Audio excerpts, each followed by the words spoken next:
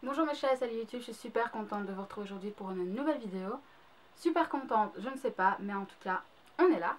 Donc si vous me suivez sur Instagram, si ce n'est toujours pas fait, je vous invite à me suivre sur Instagram. Je vous ai expliqué que un voisin m'avait agressé, absolument pas violemment, enfin pas physiquement, mais en tout cas verbalement. Et que ça m'avait rappelé ma primaire où j'avais été humiliée. Et voilà, je me sentais mal à cause de ça. Et j'ai eu beaucoup de soutien de votre part, donc déjà merci. Mais surtout, ce qui est beaucoup revenu, c'est mais what the fuck, qu'est-ce qui a pu t'arriver en primaire pour que tu te sentes humiliée? Surtout qu'à ce moment-là, t'es un enfant, quoi, tu t'en bats un peu les couilles de la vie. Et je vous ai demandé sur Instagram si ça vous disait. Ça vous disiez que je vous fasse une vidéo à ce sujet, parce que je pense que c'est un sujet important, qu'il faut aussi que les parents se rendent compte que les enfants ne mentent pas toujours, et que oui, les adultes peuvent être aussi dégueulasses et méchants que les enfants. Donc, vous avez été plus d'une trentaine à me dire oui, on veut. Donc, je suis là, on est le lendemain. Là, on est le 23, je vous ai demandé le 22. Je n'ai rien préparé, ça va totalement être au feeling. Parce que voilà, je suis pas maquillée non plus, hein, j'ai fait aucun effort pour cette vidéo, je suis désolée. Mais on va commencer tout de suite. Donc, pour vous remettre un peu dans les états des lieux, entre guillemets, j'habitais dans un petit village où dès que tu n'habites pas la province, ou si t'as pas déjà quelqu'un de ta famille qui habite dans le village, t'es un étranger. Donc déjà, moi, mes parents, direct, on a été détestés parce qu'on n'avait rien à foutre là pour eux. Et dans l'école, c'était un peu pareil. Si t'étais pas connu du village, t'étais rejeté. Donc dès la troisième maternelle, je m'en suis pris plein la gueule, hein, vous en doutez. Et il faut savoir qu'en fait, pour que vous compreniez bien, le temps de midi, si tes parents ne travaillaient pas, si tu avais au moins un seul parent qui ne travaillait pas, tu n'avais pas le droit de manger à la cantine. Tu étais obligé de retourner chez toi. Donc moi, chaque midi, je rentrais chez moi. Il faut savoir aussi que c'était en plein hiver. Je crois qu'on était en janvier, février. Vraiment, on était vraiment en plein hiver. Et j'avais que 3 amis. En fait, c'était une famille, en fait. C'était 3 frères. Et donc, je vais vous en parler que d'un. Comme ça, les autres, si un jour ils voient ça, ils vont garder leur intimité quand même. Donc il s'appelait Manu, il avait mon âge, donc on était tous les deux en deuxième primaire. Donc il faut savoir que dans cette école, il n'y avait pas les rénovés, il n'y avait que les primaires, donc c'était 1, 2, 3 et 4, 5, 6. Donc on était 2 classes. Vraiment une petite école. Et donc première primaire, je me prends déjà plein la gueule, mais je force le tas, je passe quand même. Et en deuxième, mon petit groupe s'était renforcé, donc on était 4 en tout, hein, et on s'entendait énormément bien. Il faut savoir qu'eux aussi étaient rejetés parce que leurs parents venaient du Luxembourg, et pire encore, mon Dieu, ses parents étaient témoins de Jéhovah. Et donc, même si les enfants finalement n'ont rien à voir, enfin, moi j'avais 8 ans à l'époque, j'allais sur mes 9 ans, que tes parents soient chrétiens, juifs, témoins de Jéhovah, je ne sais quoi, qu'est-ce que ça peut te foutre en fait, enfin, je sais pas. Toi, t'es même pas encore au courant réellement de ce que c'est, qu'on vient déjà t'attaquer pour ce que tu n'es pas encore. Bref. Et donc, c'était un mercredi. Non, non, parce que le mercredi, tout le monde repart. Je sais pas c'était quel jour, je sais que c'était pas début de semaine. Je crois que c'était le jeudi, parce que le lendemain, j'ai pas été à l'école à cause de ça. Et finalement, j'ai passé un long week-end à la maison, j'ai été travailler avec mon père, j'étais très contente. Ouais, c'était un jeudi, je pense. Donc, je repars le temps de midi, bah, oula, j'ai ma petite boisson parce qu'il faut savoir que je suis sous les toits et il fait 30 degrés dehors. Donc, je suis en train de mourir. Donc, si vous me voyez dégouliner, bah d'avant, je suis désolée. Donc, je rentre le temps de midi de chez moi et puis je rentre à l'école à 13 h. Et on rentre sur les bancs, moi je vais rejoindre mon copain, on discute et puis je m'assieds à mon banc. Et vous savez, il y a les petits crochets au niveau des bancs. Et je vois un sac en fait qui est accroché et je le prends, je l'ouvre. Je dis ah bah c'est à qui, ce n'est pas à moi. La prof elle dit si c'est à toi. Je me dis pardon. Elle me dit vas-y, regarde ce que c'est. Et là bah, je poigne dedans hein, clairement. Et je ressors 2 écharpes, un bonnet et un gant. Juste un gant. Trempé. Et en les sortant du sac, une odeur mais désagréable d'urine et de caca. De merde, disons-le clairement. Et je me retrouve avec les mains pleines de merde et tout. Et moi je suis là. Ok. Et là, elle sort du tac au tac devant toute ma classe. Oui, c'est les affaires de tes chers amis luxembourgeois que tu as été mettre dans les toilettes, sur lesquelles tu as uriné et chié. Et on a des preuves, on a les caméras. Alors, école au milieu du jeu de qui dans un village où il n'y a même pas une boulangerie, il n'y avait pas de caméra. Il n'y avait pas de caméra. J'ai été moi-même vérifier, je me dis, saute dans ma gueule quoi. Parce que s'il y avait des caméras, j'aurais dit oui, je veux les voir. Mais il n'y en avait aucune et de toute façon, tu mets pas des caméras dans les toilettes des filles et des garçons. Surtout que ça avait été retrouvé dans les toilettes des garçons. Bref. Et là, je me décompose, je vois la tête de mon ami qui se décompose, je me dis putain, il va y croire. Vraiment, elle aura réussi à me foutre seule contre le monde entier. Et là, vous pouvez être sûr que toute ma classe a commencé à m'insulter, à me dire que j'étais une baraquine dégueulasse. Réellement, je me suis pris plein la gueule. Et ma prof m'a dit, eh ben maintenant, tu vas dans les toilettes et tu laves à la main. J'ai dit, pardon. Quoi? Elle me fait, oui, de toute façon, t'es qu'une dégueulasse. Donc, tu continues comme ça. Elle m'a littéralement humiliée dans toute ma classe, qui m'a insultée, qui s'est foutue de ma gueule, on m'a balancé des trucs en pleine gueule. Et je dis, mais j'étais pas là le temps de midi. Et c'est là que mon pote il réalise, il dit, non, elle est pas là, c'est vrai. On passe jamais la récré ensemble parce qu'elle peut pas rester, parce que c'est vraiment, sa mère ne travaille pas. Et lui capte que moi je n'ai rien fait. Mais alors lui par contre il se sent super mal, à se dire que quelqu'un l'a fait volontairement, déjà pour m'accuser moi, mais aussi pour leur faire peur à eux et leur dire, vous avez personne, vous êtes des merdes, des basta. Donc elle me pousse aux toilettes, elle me force à me mettre à genoux près du lavabo qui était assez bas, allez savoir pourquoi, mais il était à taille en fait, de personnes d'enfants de maternelle en fait, donc c'était très bas les lavabos. Et je me retrouve à genoux, à commencer à essayer de frotter avec mes mains, donc sans savon, juste avec mes mains. J'avais plein de mer sur les mains, ça puait la mort, et j'étais, mais je pleurais, réellement je pleurais toutes les larmes de mon corps, j'en revenais pas, j'étais là, mais à quel moment tu fais ça à un enfant? À quel moment tu accuses un enfant juste parce que tu n'aimes pas le fait que ses parents ne viennent pas de la même région? Ma mère venait d'Arlon, mon père de Havelange, c'est plus région liégeoise on va dire. Donc ouais, clairement mes parents totalement opposés, déjà je sais même pas comment ils ont pu se rencontrer, mais vraiment opposés. Et pourquoi moi je me prends plein la gueule? Je savais qu'elle me détestait déjà de base, parce qu'à l'époque j'étais assez intelligente dans le sens où je ne connaissais pas ma droite et ma gauche, clairement. Par contre j'étais une folle en dictée, en maths. Les maths à cette époque-là, je comprenais quoi. Et elle me détestait, elle me haïssait. Dès qu'elle pouvait une petite grosse vache ou des trucs comme ça, elle le faisait. Hein. C'était sa passion d'insulter de grosse vache parce qu'à l'époque j'étais déjà obèse. Oui, à 8 ans j'étais obèse les gars. Il y a 10 ans j'étais obèsement vide. Yes. Elle s'amusait à m'insulter de baraki, de grosses vaches, de tout ce qu'elle pouvait, que je n'étais qu'une bonne à rien en fait. Et à un moment donné, c'est la récré, vous savez que de 13h à nous on sortait à 15h45. Il y a toujours une récré vers, je sais pas, 12h15, 12h30. Et là, les grands de 4, 5, 6, donc les très réputés parce que l'une de ces jeunes filles était la fille du bourgmestre, petit-fils de pute en passant. L'autre était le fils d'une personne très connue dans le village parce qu'il y avait toute la famille dans le village.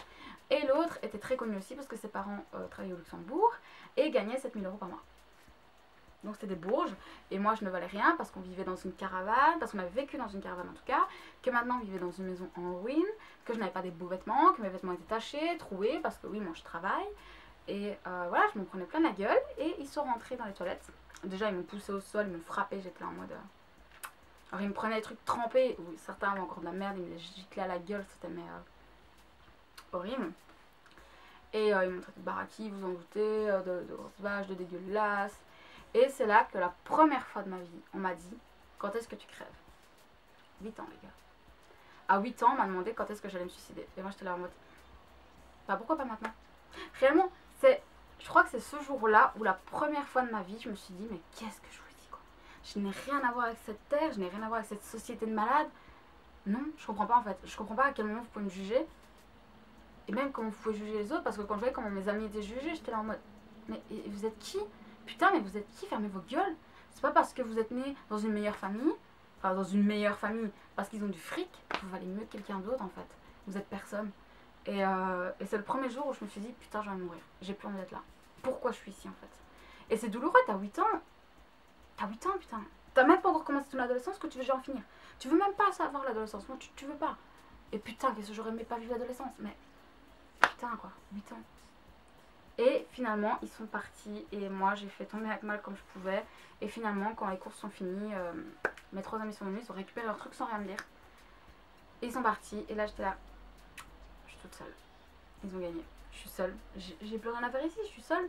Je suis seule contre tous. Mon père travaillait très souvent. Il était indépendant. Avec ma mère, je m'entendais pas très bien. J'étais encore dans mon phénomène de l'Oedipe. Dans le sens où mon père, c'était toute ma vie. Et je crois que c'est toujours le cas. Mon père, c'est vraiment toute ma vie. Même si j'aime ma mère. Mon père, ça restera mon père. Vous voyez, c'est genre... je sais pas, il y a un truc fusionnel. C'est pas... Peut-être parce que c'est mon père, j'aurais été un garçon. Je crois que j'aurais été plus vers ma mère. Mais bon, voilà. Et j'ai énormément souffert de ça. Et je suis rentrée chez moi en pleurs. Au départ, ma mère me croyait pas. Ça, mais what the fuck, qu'est-ce que tu veux que ta prof se fasse chier à faire ça? Plus tard, elle a compris parce qu'une autre prof a essayé de me faire pareil. Mais j'ai été hyper mal. Je pleurais toutes les larmes de mon corps. Quand mon père est rentré du boulot, je lui ai expliqué ce qui se passait. Il m'a dit tu vas pas à l'école demain, tu viens avec moi. On va aller dans les bois, t'inquiète, on va aller couper au bois, on va s'amuser. Ça a été la meilleure journée de ma vie d'ailleurs. J'ai complètement zappé tous ces fils de pute. Et en revenant, j'ai dit à papa, faut que j'aille voir Manu. Faut que je lui demande pardon. Et donc j'arrive, je toque. C'est sa mère qui ouvre là. Sa mère, une femme tellement gentille, tellement douce. Je fonds en larmes. Je fonds en larmes et je m'excuse. Et je m'excuse. Et je m'excuse. Je savais même pas pourquoi je m'excusais parce que c'était pas moi, mais je m'excusais. Puis, d'une douceur extrême, elle a posé sa main sur mes épaules. Elle m'a dit, mais pourquoi tu t'excuses? Et puis je relève la tête vers elle. Elle me dit, on sait que c'est pas toi. On sait très bien que tu n'as pas le droit d'être là-bas pendant ton midi. Donc comment t'aurais eu le temps? Parce que dès que t'es rentré, Manu était à la grille avec toi. Et c'est vrai, parce qu'il m'attendait à la grille pour le temps que je rentre, parce qu'il était tout seul sinon. Et elle dit, on sait que c'est pas toi, et on t'en veut pas. Par contre, 3 mois plus tard, ils sont partis, et je les ai plus jamais revus. Je n'ai plus jamais eu de nouvelles d'eux, et ça m'a fortement détruite. Réellement, ça m'a extrêmement détruite, parce que les seules personnes que j'avais autour de moi, il n'y avait qu'une autre personne qui était avec moi à ce moment-là, qui est partie 2 ans plus tard aussi. Je les ai perdus.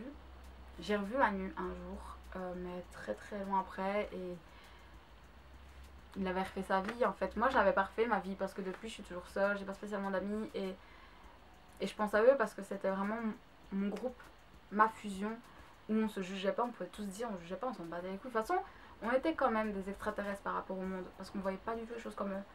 Et c'était très très douloureux. Et il faut savoir qu'à ce moment-là, j'ai compris à quel point la société était odieuse, à quel point les adultes pouvaient être aussi débiles que les jeunes étaient aussi cruels que des fucking meurtriers, que le harcèlement était bel et bien réel, et que les adultes ne croyaient pas toujours. Et c'est à ce moment-là que je me suis dit, mais je veux pas être là. Je veux pas être là. Et depuis cet âge-là, je suis en dépression. J'ai été en dépression toute mon enfance, toute mon adolescence, jusqu'à encore il y a très longtemps, et j'ai rencontré un psychologue qui était ma bouée de sauvetage réellement, où il m'a fait sortir la tête de l'eau, et je me suis dit, je n'y retourne pas. Et depuis, je me bats tous les jours pour partir en dépression parce que c'est très dur. Le moindre petit truc, le moindre petit rappel te donne envie de replonger, parce que il n'y a que là que tu te sens bien finalement, loin de tout le monde, loin de la société, et dans le noir, clairement. Et malheureusement, cette personne, cette prof n'a jamais été bannie parce qu'on ne m'a pas cru, vous vous en doutez bien. Non, c'était moi la fautive. Hein. Mais je crois que le pire dans tout ça, c'est que j'ai changé d'école. J'ai changé d'école. Et un jour, à la sortie de l'école, qu'est-ce que je vois? Cette prof qui a pris sa retraite. Et elle ose venir me dire bonjour en me disant, oh bah dis donc, tu as changé. Alors que j'avais pas changé, j'avais juste grandi. J'étais toujours aussi grosse, mais j'avais juste grandi. Ah mais là, tu es devenue une belle petite jeune fille, non? Et je trouve bien mieux que lui dire, oui, j'ai changé. Alors j'avais juste envie de la frapper en fait, de toutes mes forces, et de lui dire, regarde tout le mal que tu m'as fait, regarde comment je suis aujourd'hui. Regarde comme la merde que je suis, putain. J'osais absolument pas parler à ma prof, parce que j'avais peur qu'elle me fasse la même chose. Alors que c'était une prof incroyable. J'ai eu 2 profs incroyables en primaire après. J'ai eu Madame Lamotte et Madame Pierre qui m'ont vraiment aidé à surmonter tout ça, et qui m'ont aidé à progresser, parce que je connaissais pas ma droite et ma gauche, wesh. À quel moment, t'es en 3ème primaire, tu connais pas ta droite et ta gauche? Bah, j'ai eu 2 profs excellentes qui ont réussi à me l'apprendre avec des petits post-it trop mignons. Et elles m'ont sauvé des études, clairement, parce que sinon j'aurais arrêté là. Oui, en primaire. En fait, j'aurais fait comme mes parents, je pense, à travailler à 13 ans, sauf qu'on ne pouvait plus, donc triste vie. Et voilà. Voilà ce qui m'arrive en primaire. Il y a certains qui vont se dire, ouais, mais t'as 8 ans. T'as 8 ans, ta prof te déglingue devant toute ta classe te déglingue. Parce qu'il faut savoir que toute l'année d'après, je me faisais pousser dans les couloirs, on me balançait des trucs en pleine tête. J'ai une autre prof qui s'est mise à me harceler, où ma mère a dit, eh oh, on va se calmer maintenant, vous arrêtez d'en vouloir à ma fille pour rien. Il y a eu plein de choses comme ça, et j'en ai extrêmement souffert. Et il faut savoir que je ne vous ai pas allé me promener dans mon village, dans mon propre village quand même, parce que je savais que les grands traînaient dans le village et qu'à n'importe quel moment ils pouvaient m'insulter. Et par exemple, vous savez, quand il y avait la fête du village, j'allais dans les squatters avec mon père, et dès que mon père portait les squatters, ils fonçaient tous sur moi pour essayer de me faire mal et me blesser. Est-ce que vous vous imaginez? 9 ans la gamine. Et quand j'ai changé d'école, c'était encore pire pour eux, parce que vu que je pouvais... J'étais plus leur souffre-douleur à l'école, mais je les ai dans le bus. Parce que eux ont fini leur 6ème, ils sont passés en rénové. Donc ils ont dû aller dans la même ville que moi pour les études parce qu'il n'y avait que là-bas, enfin le plus près c'était là-bas. Et donc on prenait le même bus tous les matins. Yes. Avec 4 de ces connards. C'était très dur. Je vous garantis que prendre le bus le matin, le prendre le soir, c'était une horreur. J'en souffrais, mais... Et souvent, moi, je pouvais aller me mettre à côté de personne parce que personne ne voulait que je me mette à côté d'eux. Parce que je suis grosse, machin. Et donc, ils s'amusaient à me balancer des trucs dans le bus, à me pousser. Quand le bus freinait d'un coup, quand je tombais, on se foutait de ma gueule. Et ça a été comme ça jusqu'à la fin de ma scolarité. Enfin, voilà. Moi, je veux juste vous faire passer le message. Si des parents regardent ceci, croyez vos enfants. Les adultes sont aussi dégueulasses que les putains d'enfants. C'est aussi des harceleurs. Ils peuvent détruire votre enfant. Donc, faites bien attention. Écoutez vos enfants. Parfois, ils vont dire ouais, la prof, elle a un truc contre moi, elle m'a mis 0. Ok. Mais ça peut très vite dégénérer. Et la prof peut vraiment peut-être en vouloir à votre enfant pour rien. Juste parce que sa tête ne lui revient pas.